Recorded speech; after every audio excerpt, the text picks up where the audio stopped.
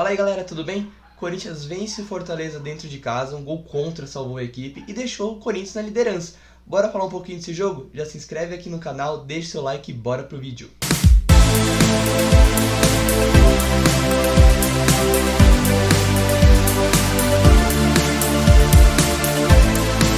Bom galera, o Corinthians venceu o Fortaleza por 1-0 dentro de casa. A equipe foi um pouquinho diferente do que jogou contra o Boca, tanto na escalação como comportamento dentro de campo, né?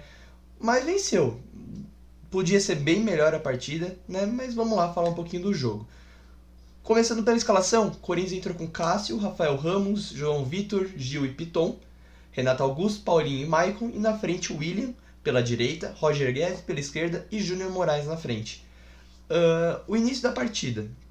O Corinthians começou bem, os primeiros 5 minutos, até o Júnior Moraes fazer um gol que foi anulado, bem contestado, né? Porque bateu na mão, mas aí muita gente está falando que tava com a mão de apoio, então não era para ser mão, era ser falta, enfim, tudo mais. Mas o juiz deu a falta e anulou o gol do Júnior Moraes, né? A partir daí o Corinthians meio que apagou. O que era para incendiar mais por ter feito um gol no começo do jogo, o Corinthians apagou, deixou o Fortaleza jogar. Na verdade não é que deixou, o Fortaleza não deixou o Corinthians jogar, né? Marcando muita pressão lá na saída de bola. O Cássio errou um passe lá pro João Vitor, quase deu um gol pro Fortaleza, né? E o Fortaleza começou a chutar. Tanto é que no final do primeiro tempo você via 11 finalizações a 0 pro Fortaleza. O Fortaleza no primeiro tempo foi muito melhor do que o Corinthians. Como eu falei, o Corinthians não saía pro jogo de jeito nenhum, não tinha nenhum desafogo no William ou no Roger Guedes, não conseguia jogar, né? O Paulinho se machucou no jogo, aos 29, 30 minutos da partida ele se machucou e entrou o Duqueiroz no lugar dele. Mas também não resolveu, no primeiro tempo não resolveu a parada lá, continuou um primeiro tempo muito mal. Dá pra ver isso porque o Corinthians finalizou aos 5 minutos mais ou menos que fez aquele gol, que não valeu. A segunda finalização do time foi lá pros 44 do primeiro tempo. Então o Corinthians não chegava pro ataque, se chegava ficava tocando bola e não dava em nada, era interceptado, era um passe errado. O Corinthians estava meio que desconcentrado pro jogo, sabe? Pelo menos foi a impressão que eu tive, né? Indo pro segundo tempo, o Vitor Pereira mexeu na equipe, tirou o Renato Augusto, que não fez uma boa partida, e colocou o Raul Gustavo na zaga. Quem vê pensa, falou, pronto, né? Agora vai deixar o Fortaleza atacar de uma vez, e porque tá colocando mais um zagueiro, tirando o meio e colocando mais um zagueiro. Mas isso foi bom, porque o Fortaleza costuma jogar no 3-5-2 ou no 3-4-3. E o Vitor Pereira espelhou a formação. Isso fez com que o time equilibrasse o jogo, né? E no começo do segundo tempo saiu o gol do Corinthians. O Maicon cobrou o escanteio lá, né? Curto, mas a bola voltou para ele e ele cruzou.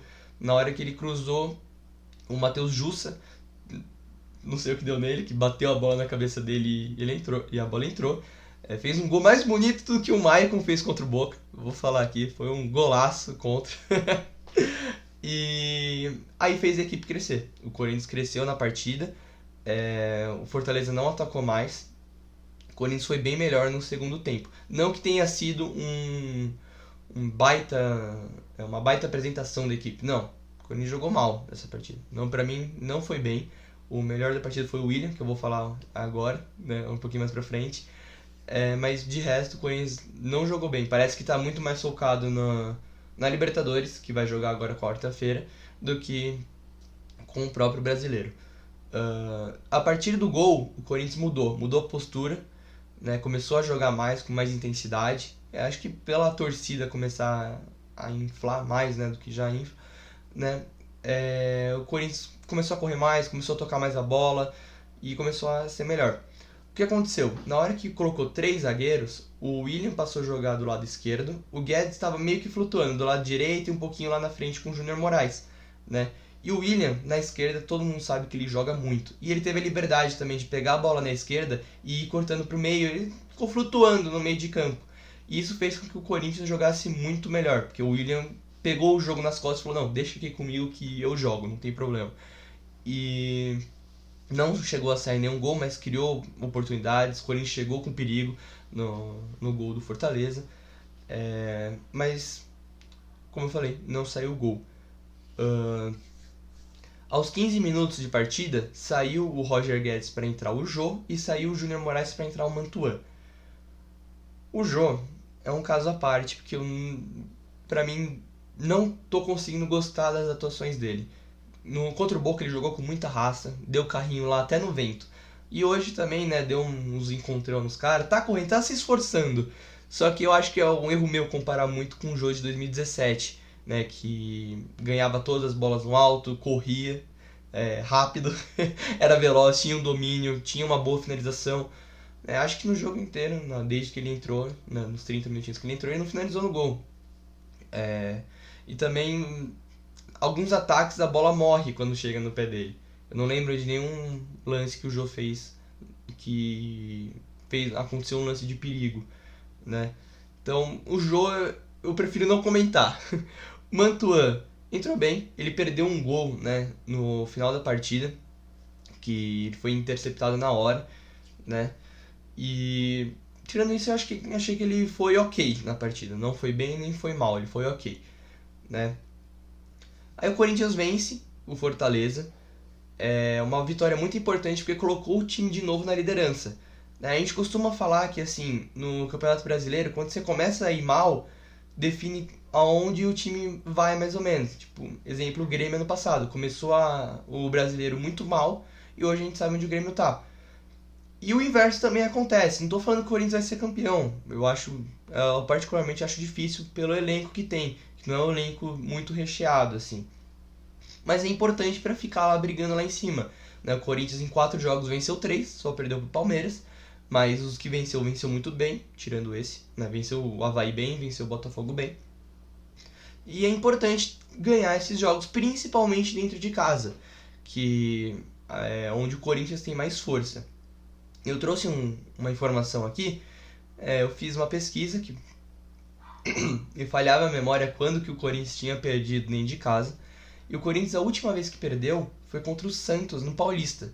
Foi dia 2 de fevereiro, vai fazer 3 meses amanhã, que o Corinthians não perde dentro de casa. Em números de jogos, fazem 10 jogos que o Corinthians não perde. Isso é muito importante, porque mostra que o Corinthians tá saindo daquilo que aconteceu na pandemia, que não tinha torcida, que era um Corinthians frágil dentro de casa. O Corinthians tá voltando a ser aquele time que em casa é temido, sabe? Os outros times vêm com a perna tremendo, né? Vêm jogar contra o Corinthians. E isso tá começando a voltar, né? O Vitor Pereira nunca perdeu dentro de casa, desde que ele assumiu a equipe, que foi contra o Ponte Preta, se não me engano. Não lembro se foi contra a Ponte Preta. Mas o último jogo dele, que foi sim o Vitor Pereira, foi contra o Bragantino, que venceu, né? Eu não lembro qual foi o jogo seguinte dele.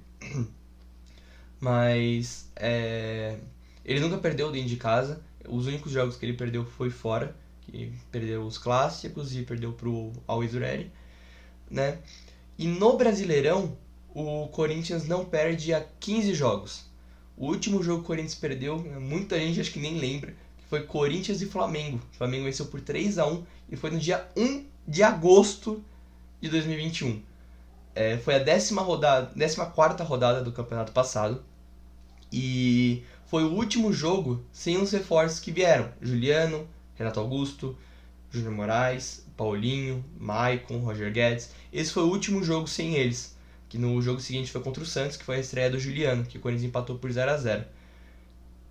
Dá pra ver que os reforços estão fazendo efeito, né? O Corinthians tá se equilibrando, né? Vamos dizer assim, tá crescendo aos poucos, né? E é isso, gente. O próximo jogo do Corinthians é contra o Deportivo Cali, na quarta-feira agora, fora de casa. Se ganhar esse jogo, vai deixar o Corinthians muito mais tranquilo na competição, né? O que poderia ser, no começo, muita gente pensou que ia ser tenebroso, o Corinthians reverteu essa situação, ganhando os 2 jogos em casa. Vencendo agora contra o Deportivo Cali vai deixar o Corinthians muito mais tranquilo, porque só vai depender de um empate dentro de casa contra o Always Ready para se classificar. Então, tá tudo muito bem encaminhado, mas depende desse jogo de quarta-feira. Acho que foi por isso que o Corinthians abaixou muita intensidade nesse jogo. Não foi bem, mas venceu e dorme na liderança. O único time que pode tirar a liderança do Corinthians é o Santos, que vai jogar amanhã contra o São Paulo. Beleza, galera? Amanhã acho que sai mais um pós-jogo do Santos e São Paulo, obviamente. Se você gostou do vídeo, deixe seu like aqui, se inscreva no canal, compartilha com os amigos e eu volto na próxima. Tchau, galera. Abraço.